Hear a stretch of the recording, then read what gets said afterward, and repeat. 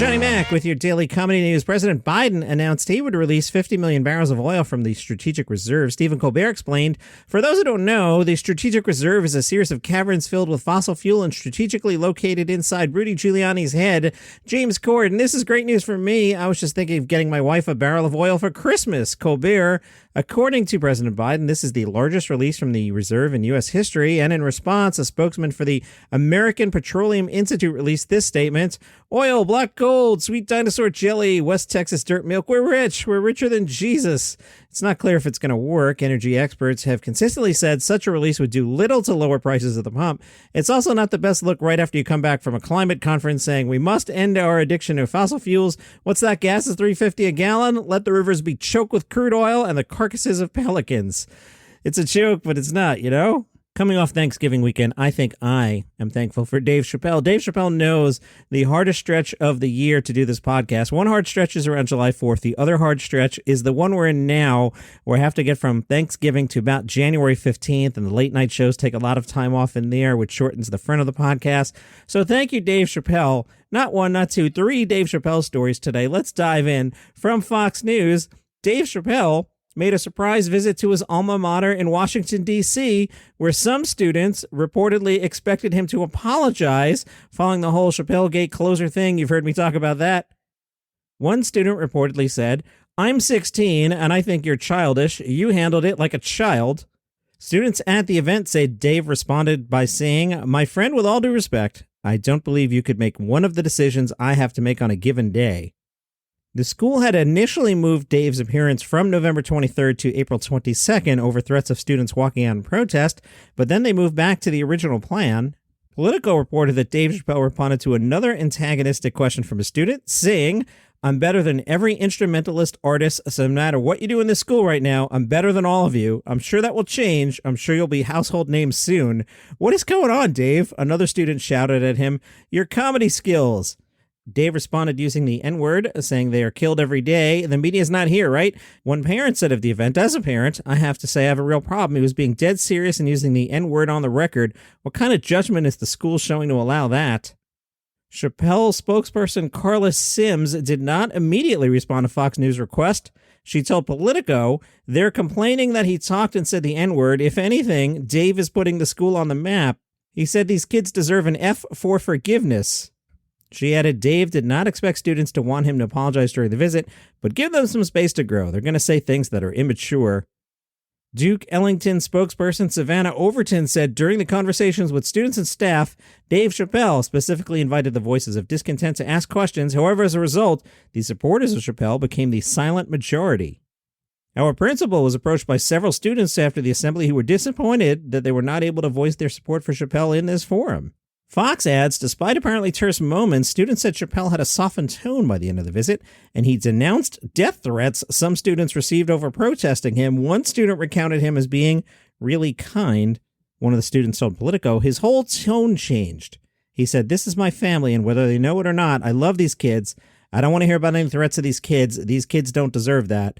The student added, "He was really kind. If only he had acted that way the whole time. There was no reason to be mean to us. He was just laughing at kids."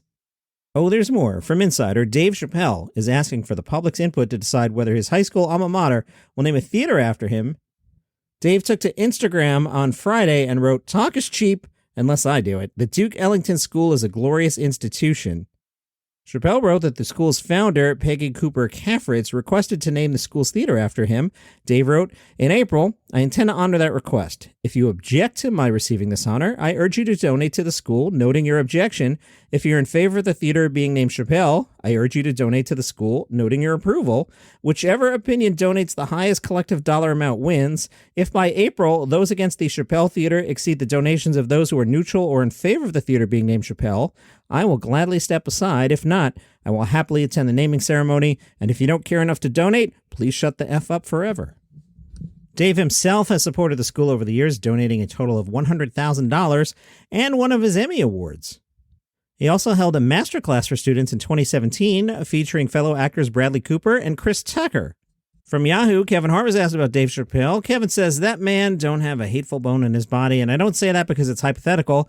I say that because I know him, I know his world. I know that he embraces the LGBT plus community because he has friends who are close to him from that community. I know that his kids understand equality, fair treatment, love. I know that his wife embeds that in their kids. I know why people embrace him. He's a good dude. Kevin Hart was asked about this because he had his own kerfluffle back in 2019 when he stepped down from hosting the Academy Awards. Kevin said that he learned a big lesson about himself during that time. I can only relate because of what I went through. The difference in what I went through, I learned a lesson in ego. My ego blinded me where I couldn't see what the real thing was about. My ego had me thinking, you want me to apologize? I already did. This is 10 years ago. Why are you asking like this is me now when I said these things? Kevin believes in the goodness in himself and his friend and instead blames the industry. That's my brother. My relationship with Dave is one that I value, respect, and appreciate. In our profession, it's a crab in a barrel mentality. There's this perception that there can only be one star or one funny guy, and we're always pitted against each other. When you have that confidence and security to embrace another talent and stand by another talent, it says a lot about who you are. Dave Chappelle's operating at a different frequency, man, and I couldn't be prouder of him. I think the media have an amazing way of making what they want a narrative to be. Within this conversation attached to Dave, nobody's hearing what his attempt is. They're hearing a narrative that's been created. So the conversation is now amplified into something that's nothing to do with the beginning of what it was. That's where it gets lost. Everybody needs to come down off the soapbox and get a piece of that solution. Today's Daily Comedy News is brought to you by All Pro Lines, comedian Kostaki Economopoulos, and my friend, Aaron Hodges. Not that Kostaki and I aren't friends, so you know what I'm saying. Aaron and I used to work together. I never worked with Kostaki, but we're friendly. Anyway, All Pro Lines combines football and jokes. They watch the NFL games, they scribble down some jokes, then they do the podcast called All Pro Lines, and they talk about the football games and work in some jokes. Do you get the premise? It's not that hard. All Pro Lines. I am the Carlos Mencia of promos. I went to their Twitter feed, and I will steal some jokes from @AllProLines. Joke number 1. The Browns and Ravens are making more mistakes than Mel Gibson at an open bar. Joke number 2. WTF, Steelers? I haven't seen this many sad guys in black and yellow since the band Stryper broke up. Underrated joke. And they retweeted comedian Andy Kindler, who said, I just made a football move on my wife. That's right. All Pro Lines, wherever you get your podcast. Why are you wasting time? Finish this episode, then listen to All Pro Lines. Hey, don't forget, if you like what I do here, you can buy me a coffee. Go to buymeacoffee.com/daily comedy news. Now, look, I got an issue with the National Donuts chain. Twice over the weekend, I went to order my mom a jelly donut, and I went to the app, and National Donuts chain was like, we don't have any donuts. What are you talking about? Donuts? Look, National Donuts chain, I know you think you're a coffee house. You're a donuts chain. I want donuts. I digress. So I might have to go to the place owned by the woman from Battlestar Galactica. You know her. She's got a national coffee chain. Might have to start going there. Just saying. Anyway, if you like what I do and you want to support the show, you can go to buymeacoffee.com/daily comedy news. You can throw $5 in the tip jar, or you can become a member. And I want to thank Susan, who is a member. She has a recurring membership, so every month her card gets hit, and I get a monthly donation from Susan. Susan, thank you so much. She is one of the prime listeners to this podcast. Really appreciate you being out there, and she supports the show at buymeacoffee.com/daily comedy news. If you log into Netflix today, you should see a new special called Mo Amer, Muhammad in Texas. Amer moved to Texas as a child, and the description. Now, pay attention here to the copywriting rule of 3. I'm going to put a particular lilt in my voice to illustrate the rule of 3. In the special, Mo talks about pandemic politics, the stock market, and the spread of Arab culture in the West. Would you like some examples? Hookah, hummus, and the proliferation of bidets. And then we broke away and we did the and more. When you write and more in copywriting, and I've written a lot of copy over the years, this is why I know this. So this last part is, the special house talks about having 2 homes but no land, the need for greater civility and neighborliness, and more. Anytime you write and more means I don't know what else to say here. And more. Mo Amer, Muhammad in Texas on Netflix. Hey, remember that Pete Holmes bowling sitcom? You forgot about that. I had kind of forgotten about it too, but it has a new name. It used to be called Smallwood. Now it has the much better title, How We Roll. Love it. How We Roll. Now, interestingly, it was going to be 12 episodes, but a busy comedy schedule forced CBS to lower the episode count to 10. Yeah, a busy comedy schedule is why you cut it back.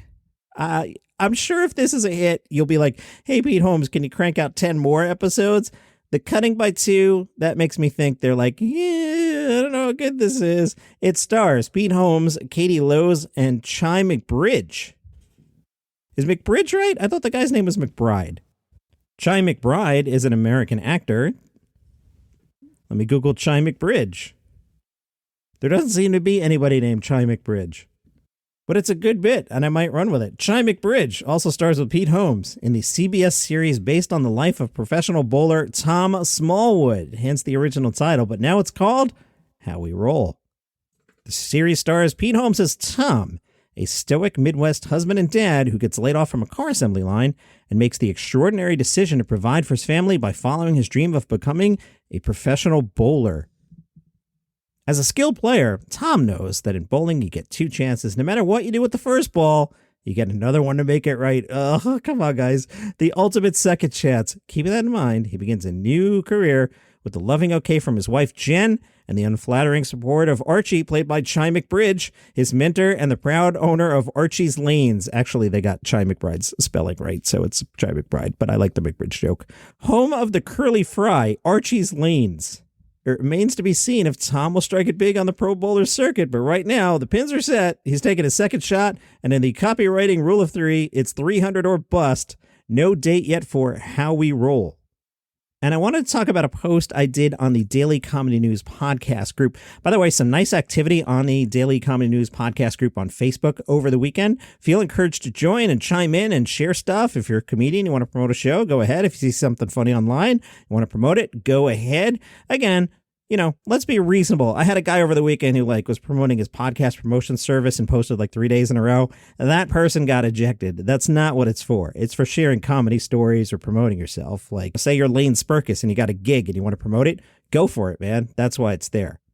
So I did a post, and I want to make sure I'm not coming across as a jerky face. I was prepping for the show, and I saw a clip from comedian Ali Colbert. And I'm like, I'm not familiar with Ali Colbert. Wow, Ali Colbert was on The Tonight Show starring Jimmy Fallon. I'm going to check out her set. I do many things. One of the other things I do is I program the comedy offerings on the Live by Live app. So I like to stay hip to the newest up-and-coming comedians. So I'm like, I'm going to check out Ali Colbert. And I clicked on it, and I started watching it. I'm like, I'm going to share this on the Daily Comedy News Facebook group page, which I did. Now, as I watched Ali Colbert, the set was okay. And I noticed she was getting a lot of clapter. So I shared the clip because I thought it was a good illustration of what I talk about when clapter happens. Clapter is the audience going, yeah, good point. And they clap, but they're not laughing. But it's stand-up comedy. And I'm not sure what that is. It's just some sort of positive affirmation of, yeah, you said something and I dig it. But it's not a laugh. Then as I continued watching Ali's set, I noticed she wasn't getting genuine laughs. She was getting, yeah, and then here's the punchline. And then the audience would laugh because she left a hole and she obviously just told a joke, but it wasn't like a good laugh, if you know what I mean. And so I don't come here to pile on Ali Colbert. I started looking at this and I'm like, what's going on here? I've never heard of Ali Colbert. I'm sure she's wonderful. Let me dig deeper. She was promoting her podcast. I went to a website called Chartable. Her podcast does not rank in the U.S. comedy charts. It is out in the Canadian charts. It is out in the French charts. As I record this midday on Monday, it is number 97 on the Apple Podcast comedy charts in Russia and number 194 in Apple Podcasts in Mexico. So I'm like, all right, this is not some sort of super popular podcast I'm not familiar with. Let me check her socials. Twitter, 15,000 followers. Instagram, 73,000 followers. Very respectable. No mention on her own website of a TikTok, so it's not that. The podcast has 64 ratings. Then I looked at her bio. After graduating NYU Tisch, Ali Colbert landed a job as an NBC page at 30 Rock. Okay, so that's how she would know Jimmy Fallon. In 2017, she went on to make her TV debut on The Tonight Show starring Jimmy Fallon because he knows her from the hallway. All right, that makes sense. Since then, Ali's worked as a writer as The Onion and has performed her very clever and provocative stand-up at the Laughing Skull Comedy Festival in Atlanta, as well as the Big Sky Comedy Festival in Montana. Again, better credits than mine, but this isn't like Montreal or New York Comedy Festival. This whole booking on The Tonight Show to me is just odd. It's not big socials. Up and comer, great, good job, Jimmy Fallon. Did somebody cancel late Thanksgiving week and he hooked up the former page? Again, I'm not saying she's bad. I'm not anti-Ali Colbert. It's just a weird booking. That's what I'm trying to say. It's weird.